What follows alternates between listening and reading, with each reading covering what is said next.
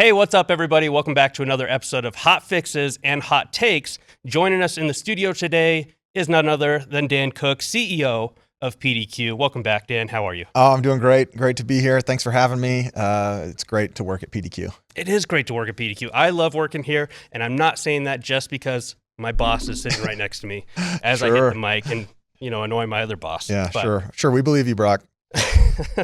It is a really great place to work, and we're actually going to talk a little bit about why that is today. And we're actually going to be talking about partnerships and acquisitions today. And this is kind of a timely discussion because we just welcomed a new member to the PDQ family, right? That's right.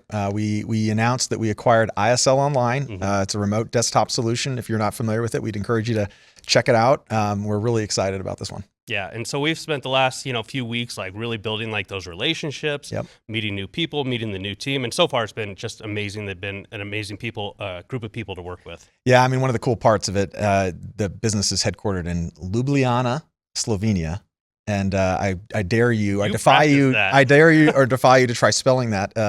But we had a chance to go out and visit with the team. I mean, first of all, beautiful place and a great team. So really thrilled. So cool.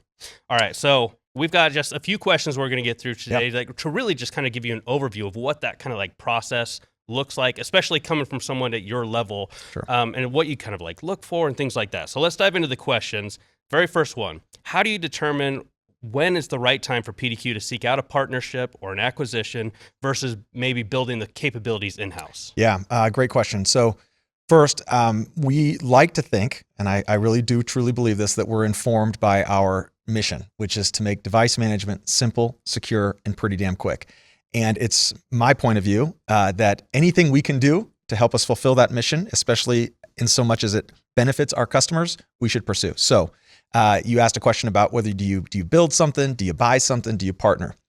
One of the beautiful things about PDQ, and it's really a tribute to our customers and our community, and of course the co-founders who I think spend a lot of time investing in this, is that we get a lot of feedback about what things our customers want to see. Yeah. Whether it be in customer support tickets that go to our solutions team, whether it be the webcast, which is a great format, and you all do such a great job with it in terms of getting feedback and sentiment.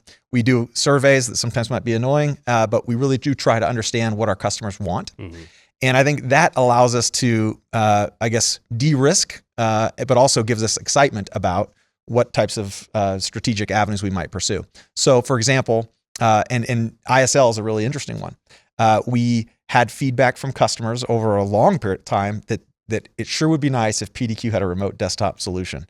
So we had a lot of conversations, talked to a lot of different vendors. We really liked the team at ISL. They were fast, they were responsive, the tech was awesome. Mm-hmm. And so we actually announced a partnership with them. This would have been, I want to say, September of 2024, so a little over a year ago.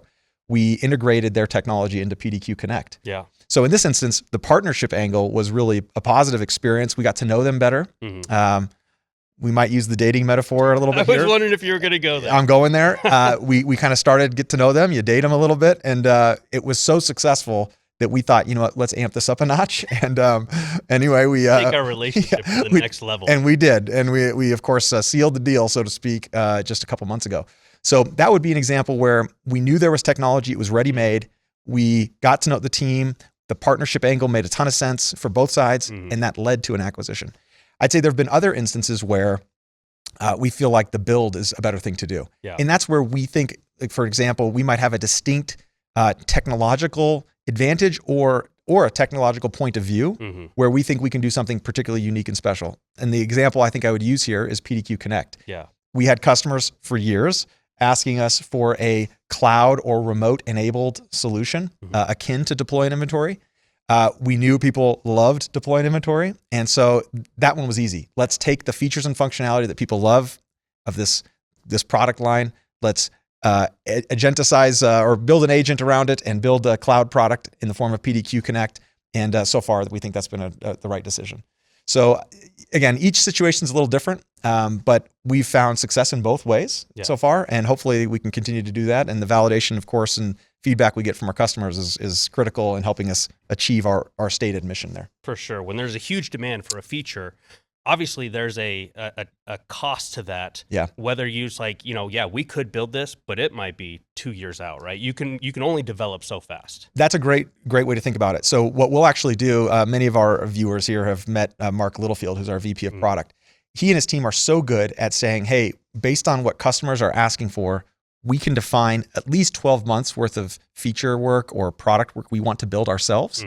And that's actually a really helpful framework, because if we know we're building something in the next 12 months, we're less likely to want to, or to have to think that we need to go partner or buy something. Yeah.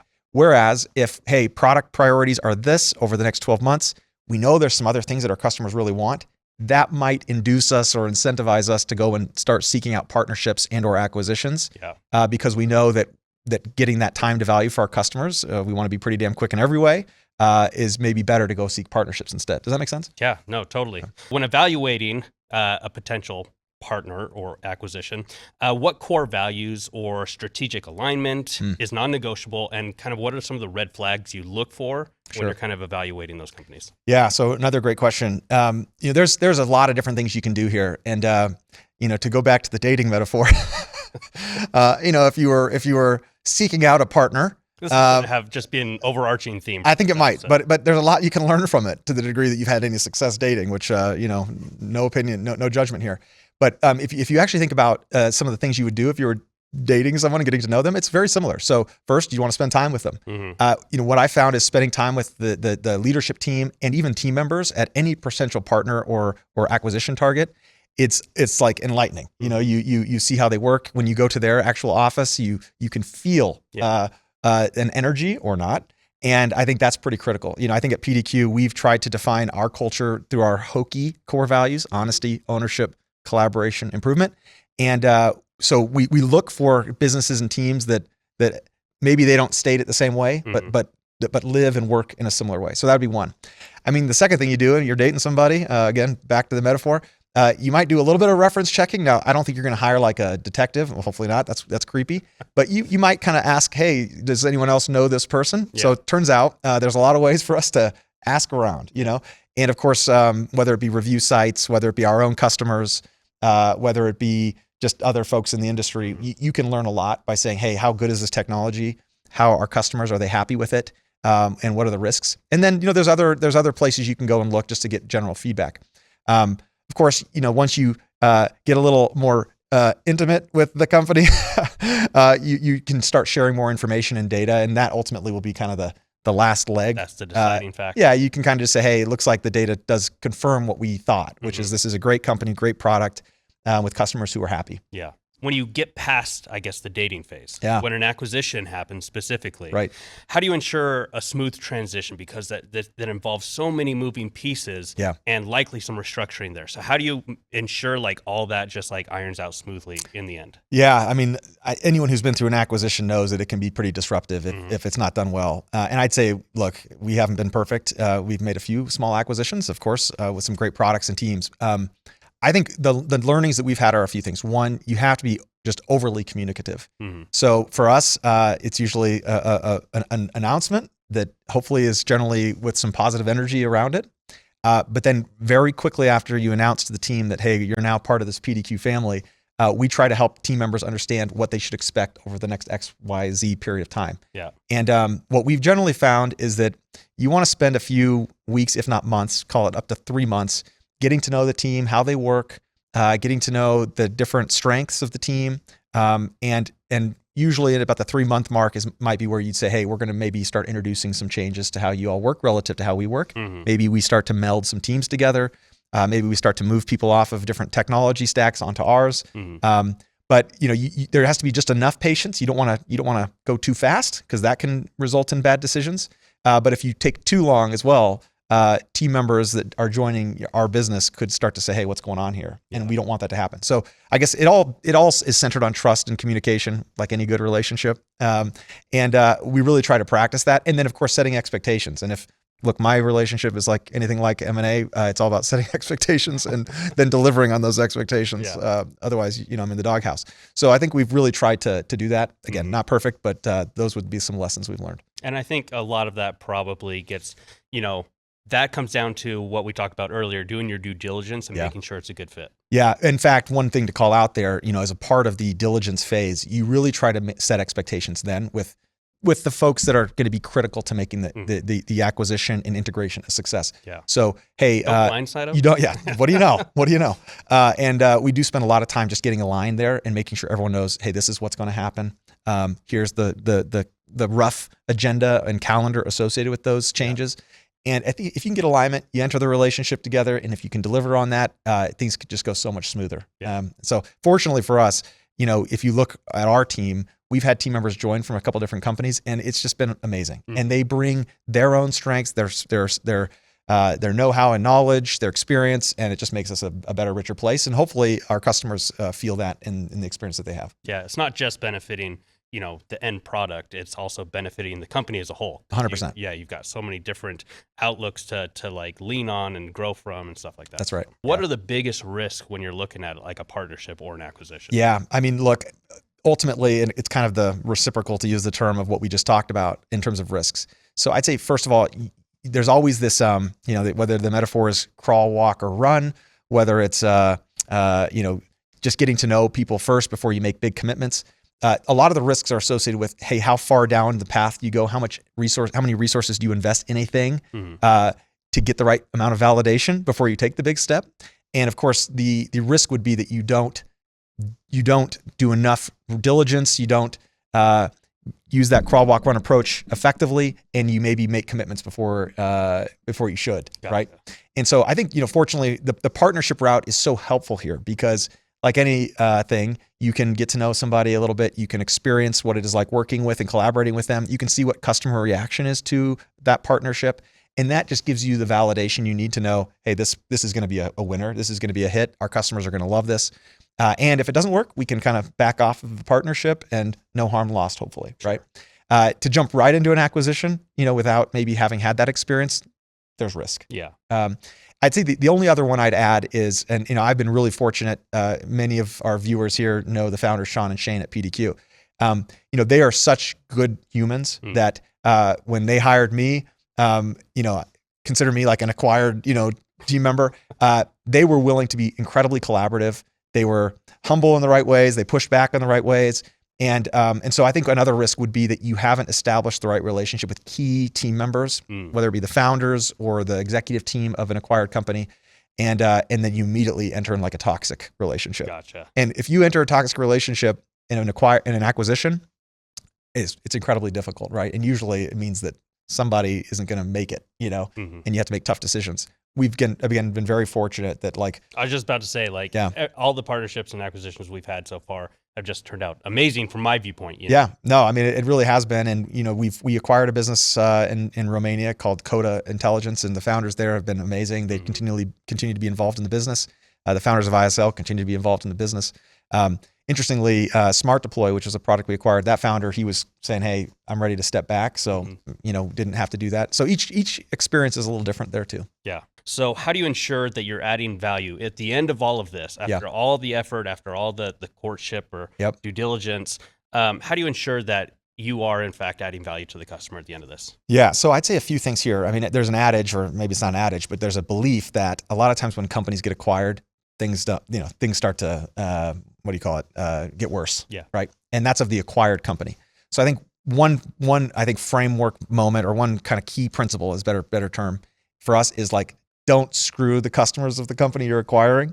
And I think we've really tried to be thoughtful there. The PDQ approach has always been overinvest in support and solutions and speed to resolve things and to help. We try to both bring that to the companies we're acquiring, but also ensure that whatever support systems they have in place, that we're continuing to resource and continue to invest in. We don't want acquired customers to have bad experiences. That would be one. Yeah. I think the second one is we try to be thoughtful about how we introduce these products then to our existing customers.